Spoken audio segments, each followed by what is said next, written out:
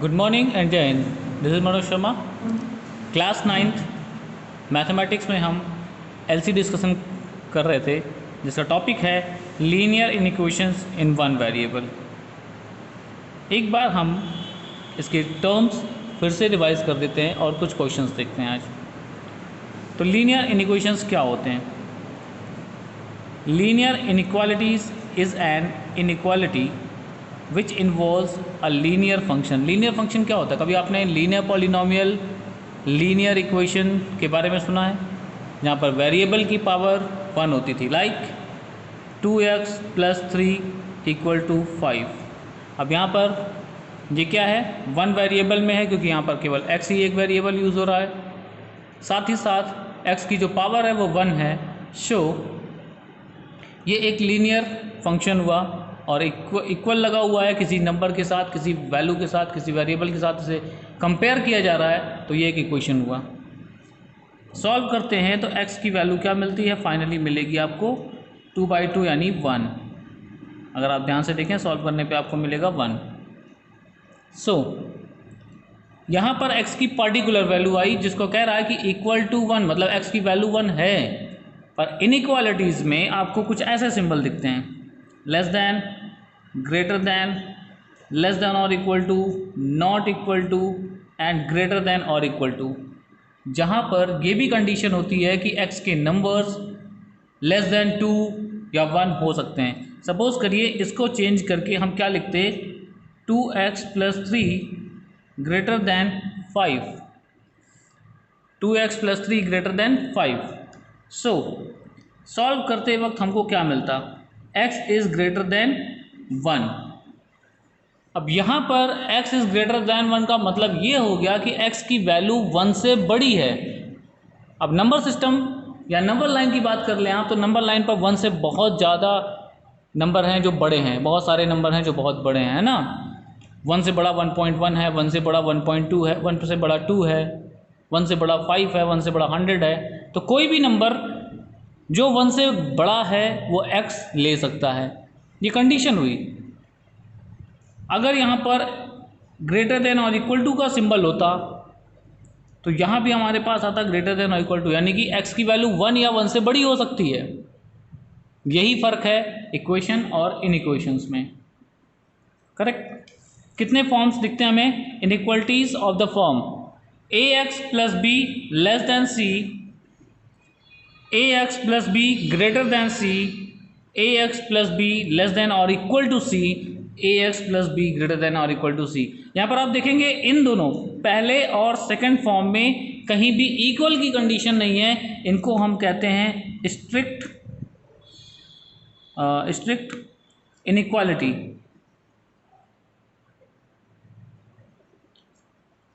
ये strict inequality है, वहाँ पर इक्वल की कोई कंडीशन नहीं है और ये हमारे स्ट्रिक्ट नहीं होते हैं, यानी केवल इनइक्वालिटीज़ होती हैं।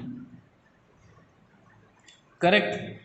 कुछ रूल्स हैं जिनको हम समझते हैं कि क्या करना चाहिए अगर हम इनइक्वेशंस को सॉल्व कर रहे हैं। So rules for solving inequations. Rules क्या हैं? पहला rule, adding the same number और expression to each side of an equation does not change the inequality. मतलब अगर हमारे पास यहाँ पर दिया गया है 2x - 8 लेस देन और इक्वल टू 5 और दोनों साइड में ये चाह रहा हूँ कि मैं 3 ऐड कर दूँ। सो 2x - 8 + 3 लेस देन और इक्वल टू 5 + 3। तो इनइक्वालिटी, ये हमारा सिंबल है, ये इनइक्वालिटी का, इस पर कोई चेंज नहीं आएगा। क्यों? ये भी लोग पूछते हैं ना क्यों, तो आप ज़रा ध्यान दें। हमने ये नंबर की मदद से कहा less than 3, 2 is less than 3। अगर दोनों साइड में 1 प्लस कर देता हूँ, अभी मैं इक्वेशन का सिंबल नहीं लगा रहा हूँ, आप जरा ध्यान दें। ये मिलेगा आपको 3, ये मिलेगा 4। क्या 3 लेस देन 4 नहीं होता? तो सिंबल एज इट इज़ रहा, उसमें कोई चेंज नहीं आया। उसमें कोई चेंज नहीं आया मतलब क्या है कि अगर कोई भी नंबर मैं ऐड कर रहा हूँ या कोई एक्सप्रेशन ऐड कर रहा हूँ इन इक्वेशंस में, दोनों साइड LHS RHS में, तो इनइक्वालिटी पर कोई फ़र्क नहीं पड़ता, साइन ऑफ इनइक्वालिटी चेंज नहीं होती है। सब्ट्रैक्शन में भी यही काम है। रूल नंबर 2 कह रहा है कि सब्ट्रैक्ट करेंगे तो भी कोई फ़र्क नहीं पड़ने वाला है, इनइक्वालिटी वैसे ही रहेगी। इवन आप पॉजिटिव नंबर मल्टीप्लाई करते हैं या डिवाइड करते हैं तो भी कोई फर्क नहीं पड़ता। बट अगर आप रूल नंबर 4 को ध्यान देंगे, अगर आप नेगेटिव नंबर को मल्टीप्लाई या डिवाइड करते हैं बोथ साइड तो इनइक्वालिटी चेंज हो जाती है। For example we have 2 less than 5, सबको पता है 2 लेस होता है 5 से। मैंने इसमें -2 से मल्टीप्लिकेशन कर दिया बोथ साइड, -2 इधर भी मल्टीप्लाई कर दिया, -2 इधर भी कर दे रहे हैं मल्टीप्लाई। अब आप देखें ये क्या बनेगा, ये बनेगा -4। अगर इसको ऐसे ही रहने देता हूँ तो क्या होता है -10। अब बताओ क्या -4 -10 से छोटा होता है? आपको पता है कि -10 यानी कि नेगेटिव में जितनी बड़ी वैल्यू होती है वो उतना ही स्मॉल होती है, तो यानी -10 4 से छोटा है, यानी ये कंडीशन ही गलत हो गई। होना क्या चाहिए, -4 इज ग्रेटर देन -10, करेक्ट। तो जब मैं नेगेटिव नंबर से मल्टीप्लाई कर रहा हूँ तो यहाँ प्रॉब्लम क्रिएट हो रही है, इनइक्वालिटी को चेंज करना है। इसी तरह डिवीज़न में होता है, ठीक है। और ये तो हो गया कि सॉल्व करना, कैसे सॉल्व करेंगे। फाइनली हमको एक आंसर मिलेगा, है ना। और आंसर में एक सबसे बड़ी सी बात होती है जिसको हम कहते हैं सॉल्यूशन सेट। सॉल्यूशन सेट क्या चीज़ होती है, जैसे यहाँ पर मेरे पास आया x इज़ ग्रेटर देन और इक्वल टू 1, इसका मतलब x की वो सारी वैल्यूज़ जो 1 और 1 से ग्रेटर है, यानी कि all real number greater than और इक्वल टू 1। उसको मैं सोल्यूशन सेट में लिखूँ कैसे, बड़ी बात है ना। तो ज़रा यहाँ देखेंगे 5x इज़ लेस देन 24 आपको दिया गया एग्जाम्पल में, और कहा गया कि जब x की नेचुरल हो, है ना, तब जरा सा क्या करें, दोनों केस में रिप्रेजेंट करिए solution set on the number line. तो ठीक है, पहली बार में हमने इसको सॉल्व किया और मुझे मिला x is less than 4.8। Now solution set क्या होगा कि x कोई एक ऐसी वैल्यू है जो नेचुरल नंबर है और वो 4.8 से लेस है। तो आप ज़रा नंबर लाइन पर सोचें इसको, 3 4 5 2 1 0, तो 4.8 कहीं यहाँ पर होगा 4.8, और इससे लेस हमारे पास जो भी नेचुरल नंबर है उनको लेने हैं। तो 1 2 3 4 इतने ही नेचुरल नंबर हैं, इसको हमने लिखा अपने सोल्यूशन सेट में। नेचुरल नंबर की बात करते हैं, इंटीजर की बात करते हैं तो चल जाता है, पर बात करते हैं जब रियल नंबर या फिर हाँ रियल नंबर की बात करें, रेशनल, तो उसे हम ऑर्डर पेयर में लिखते हैं। ऑर्डर पेयर बताएंगे आपको कैसे लिखा जाता है, आगे क्वेश्चन मिलेगा। और इंडिकेशन करेंगे लाइक जैसे यहाँ पर था कि x इज़ लेस देन 4.8 और नेचुरल नंबर, तो आप ध्यान दें ये रहा 4.8 की पोजीशन, इन्होंने इसको डार्क किया 4 पोजीशन को, 3 पोजीशन को, 2 पोजीशन को, 1 पोजीशन को। तो अब 4.8 से लेस कोई और नेचुरल नंबर हमारे पास नहीं है, सो हम यहीं पर रुक जाते हैं कि बस यही इतने हैं। बीच के डेटाज नहीं ले रहे हैं, यहाँ के नंबर्स हम बिल्कुल ले नहीं रहे क्योंकि वो नंबर हमारे नेचुरल नहीं है, करेक्ट। तो इन थ्योरी पर आइए कुछ क्वेश्चंस देखते हैं कैसे सॉल्व होता है।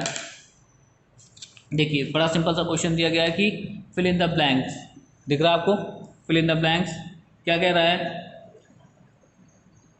With correct inequality sign. 5x less than 20, अब आप यहाँ पर रफ करो 5x लेस दैन 20, थोड़ा सा हम सॉल्व करें x 20/5, इधर डिवाइड में मल्टीप्लाई में, इधर डिवाइड में आ गया, तो x इज लेस दैन 4, तो यहाँ पर कौन सा सिंबल लगना चाहिए, लेस दैन, ठीक है। अगला -3x ग्रेटर दैन 9, तो -3 से दोनों साइड में डिवाइड कर देता हूँ, ध्यान दीजिएगा। अब माइनस से डिवाइड कर रहा हूँ, इक्वालिटी चेंज हो जाएगी, -3 कैंसिल, यहाँ आया -3, तो यानी क्या मिल गया मुझे, x इज़ लेस दैन -3, तो यहाँ पर सिंबल कौन सा होगा, लेस दैन। ऐसा नहीं कि यहाँ जो लगा हुआ है वही हो जाएगा, हम सॉल्व करके देखेंगे, करेक्ट, हम सॉल्व करके इसको देखेंगे। सिमिलरली 4x ग्रेटर दैन -16, सो x ग्रेटर दैन -16/4। अगर मैं इसको ये कहूँ कि 4 से मैं डिवाइड कर रहा हूँ तो पॉजिटिव से नंबर से कर रहा हूँ, कोई फ़र्क नहीं पड़ता, 4 कैंसिल, यहाँ पर कैंसिल, तो कितना आएगा, x is greater than -4, symbol होगा ग्रेटर दैन, करेक्ट। इसी तरह से और भी जो क्वेश्चंस हैं उनको आप अपने में सॉल्व करिएगा एलसी में। नेक्स्ट क्वेश्चन देखते हैं, question number 2। Solve each of the following in equations and represent the solution on the set on a number line.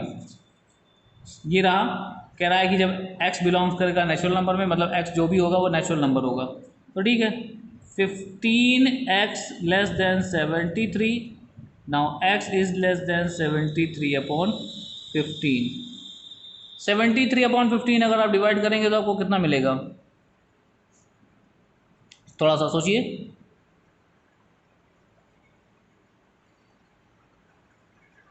4 point something है ना।